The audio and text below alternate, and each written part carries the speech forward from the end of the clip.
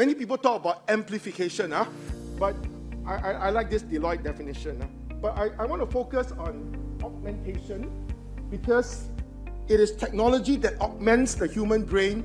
For our time, we will open the maps in the book and we will go navigate places and learn implicitly social awareness and geographical spatial awareness, right? My children these days, they go into the car, switch on the GPS, and they're not thinking anymore. The GPS says turn left, they turn left, turn right, they turn right, go straight, they go straight. And then my daughter would do it 20 times, and then after that I say, can you just fetch me there? Oh, let me switch on the GPS. I can't get there, although I've driven there 20 times. This is like using ChatGPT, right? So when we augment, we have to ask ourselves, what did we gain and what did we lose? In Singapore schools, we don't let the kids use calculators too soon, right? Because we first want them to form their neural connections with mental arithmetic. Then over time, the calculators come in. Then the kids are able to perform both without the calculator and then with the calculator. Fortunately, the sequencing is important, right?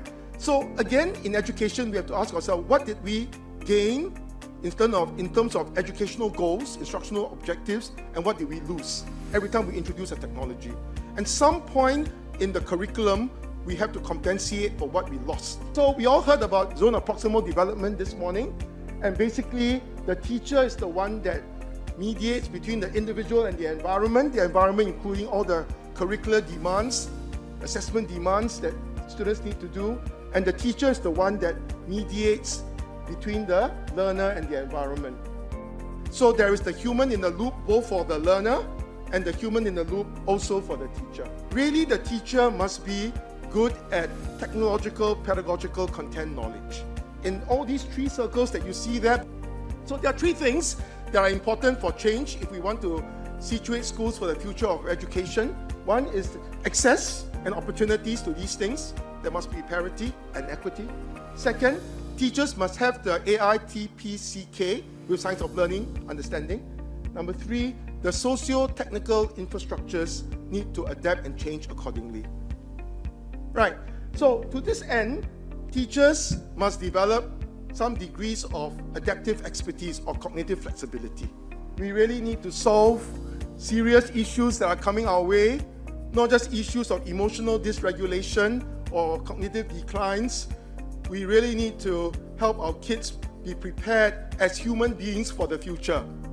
Otherwise, the machines will take over us. I'm going to now talk about this intelligence augmentation to intelligent transformation for knowledge building. Last week when I talked to Dragan Gasovic. So basically what his theory is that there are a lot of high AI empowered skills. So we use AI to augment human intelligence. And if we do that too often, people start to delegate their cognitive thinking, metacognitive thinking to the machine. And they might have the illusion that they have learned, but they may not have. What we're trying to do here is we need to scaffold learning here.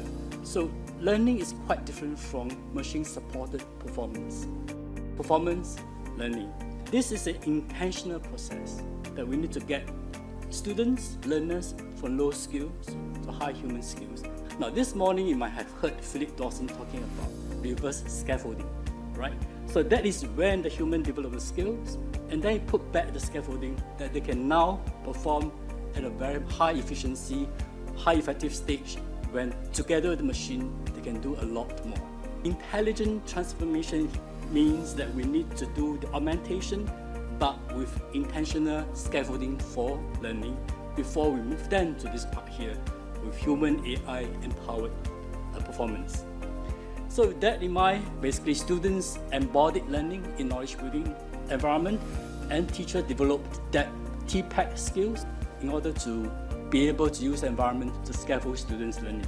Let me just summarize knowledge building in one slide. Knowledge building involves students asking questions to tackle authentic problems. If students come up with their own questions, a lot of time they'll be very motivated to want to find out the answers, and they'll be very motivated to help each other to collectively improve the answers. So students ask authentic questions, they then create the ideas, These ideas can be from the textbook, it can be from the internet, it can be from the AI, but very importantly, they need to then share, connect improved ideas in a digital platform.